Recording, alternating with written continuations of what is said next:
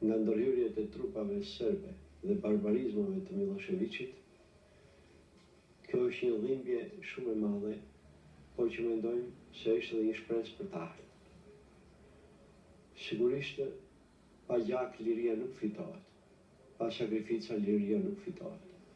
Por e vërteta është se ky gjak dhe këto sakrifica mendojmë se do t'i shërbejnë kombit shqiptar për një të ardhme më të mirë, për një të ardhme më të ndritur. Atë për të cilin ka luftuar të parët tonë, patriotët shqiptar, atë për të cilin luftojnë dhe sot patriotët dhe nacionalistët shqiptar. Ne mendojmë se ardhmja e Kosovës është e sigurt, ne mendojmë se pavarësia e Kosovës është e sigurt dhe shpresojmë se në të ardhme shumë të shpejt, mbas gjithë këtyre sakrificave, ne do të gëzojmë dhe do të festojmë lirinë e popullit kosovar dhe pavarësinë e plotë të saj. Sot, për Kosovën dhe pse është në tepër grave, me sjelljet e ukshtisë që po shpërthallohet e Miloševićit, i cili mund të luftonte kundra forcave armatosura, që ai doli gjoja për Zot. Natyrisht për të mbushur gjëra historike. U morë me popullin e pafashëm armatosur. Dihet që çdo luftë do të ketë dhe viktimat e veta. Do të ketë errat e vet, të pavdekshëm. Kështu që në Kosovë sot, me këtë tragedinë e madhe që po abson populli kosovar dhe miqësia, ose një pritja njësore, vllazërore, për të shqiptarëve, popullit të tjerë dhe qarkë.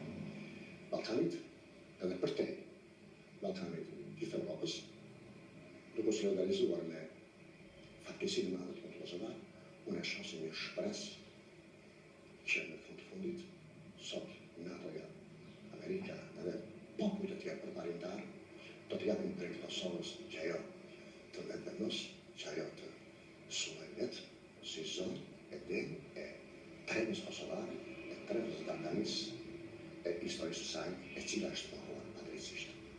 Unë e shoh edhe si një forcë, si një leksion të fortë që i bëhet kësaj ukshtrije me konceptet mesjetare dhe barbare. E pas kësaj, pas këtij shkatërrimi, shpresoj se përmbi i paqes në Europë do të fluturojë e lirë.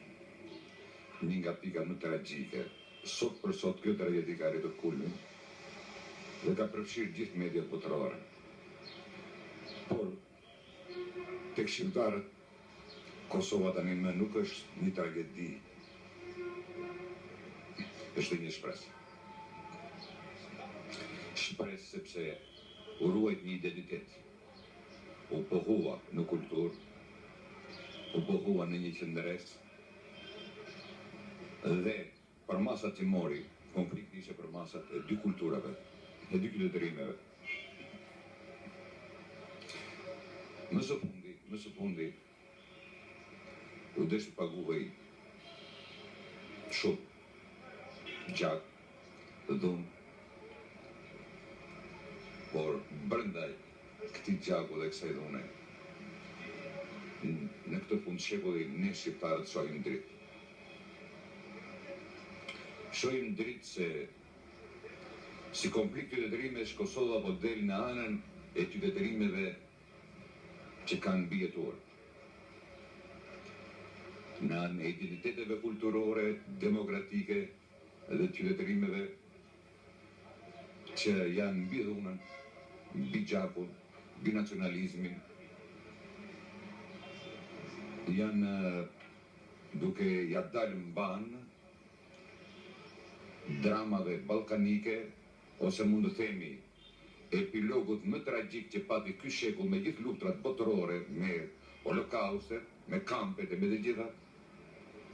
Kosova duke i përjetuar në mënyrë më të kondensuar të tragjik, Kosova me vatrat e veta të ngritura, me themelet e veta nën tokë, pret të kthehet atje të ndez vatrat dhe të ngrej themelet.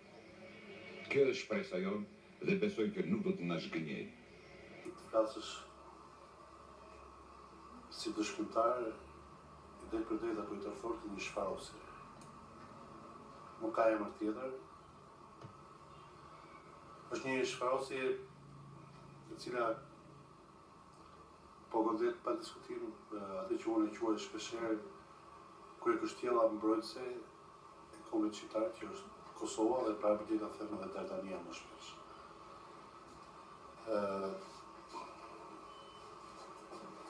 Kjo shfarosje është vetëm fillimi i zbatimit të një projekti të cilët ne, intelektualët, të mirëfillt apo të ashtu quajtur, shpesher kemi parapërqyer ta quajmë si një projekt paranojak, domethënë një projekt i cili flinte vetëm në mendjet e sëmura të Ballkanit. Mirë po, shumë nga kolegët apo ish kolegët e mi kishin haruar vetëm një detaj shumë vogël, por që në dritën e këtyre fakteve doli thelbëson që këto mendje të sëmura në Ballkan udhëheqin shtete. Këto mendje të sëmura në Ballkan kanë në duar një instrument vrasës, një makineri vrasë me përmasa makabre.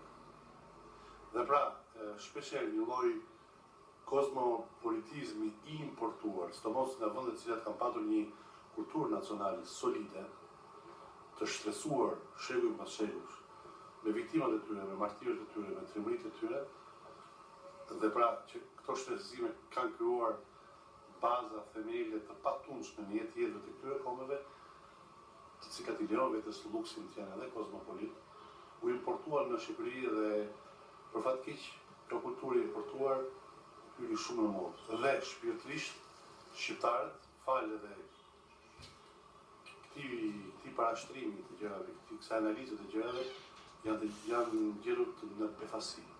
Ne jemi intelektual shqiptar, të cilët pikërisht na ka munguar në të shumtën e rasteve ajo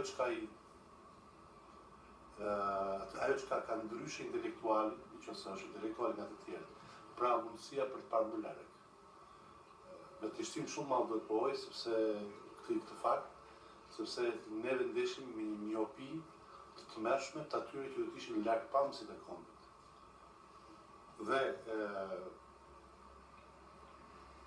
Dhe kjo tregon që në shumë fusha të tjera, në shumë drejtime të tjera, kjo miopi ka qenë karakteristike e trishtuar e politikës shqiptare.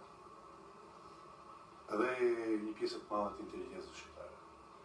Sidomos ka fjalën për shqiptarët e Shqipërisë së mbetur, si shumë të drejtë intelektualët kosovarë apo intelektualët e shqiptarët me nacionalizëm perëndimor.